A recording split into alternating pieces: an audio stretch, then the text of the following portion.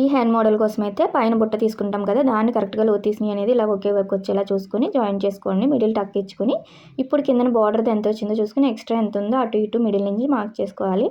అక్కడి నుంచి మనం ప్రిల్స్ అనేది ఈక్వల్గా వచ్చేలాగా చిన్న చిన్నగా పెట్టేసుకోండి. ఇప్పుడు కిందన ఇలా బార్డర్ పెట్టుకొని కరెక్ట్గా సరిపోయిందా లేదా చెక్ చేసుకొని కిందన బార్డర్ అనేది లైనింగ్ పెట్టుకొని ఇలా మిడిల్ కరెక్ట్గా వచ్చేలాగా చూసుకొని జాయిన్ చేసుకోండి.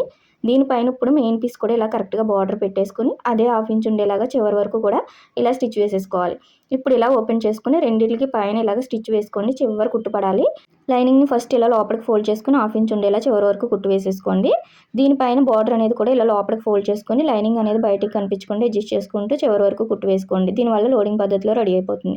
ఇప్పుడు షోల్డర్ దగ్గర నుంచి చిన్న చిన్న ప్రిల్స్ అనేది పెట్టుకుంటూ ఫ్రంట్ వైపు లో తీసింది వచ్చిందా లేదా చూసుకోండి. అలానే ఈ చివర అనేది ఖర్చు దగ్గర నుంచి కరెక్ట్గా ఇలా చూసుకొని ఎంత ఎక్స్ట్రా వస్తే అంత ఇలా ప్రిల్ పెట్టుకున్నారంటే మనకి ఇంత పర్ఫెక్ట్గా వచ్చేస్తుంది. మీకు ఈ వీడియో నచ్చితే లైక్ చేయండి. ఫుల్ వీడియో కింద ఉంటుంది.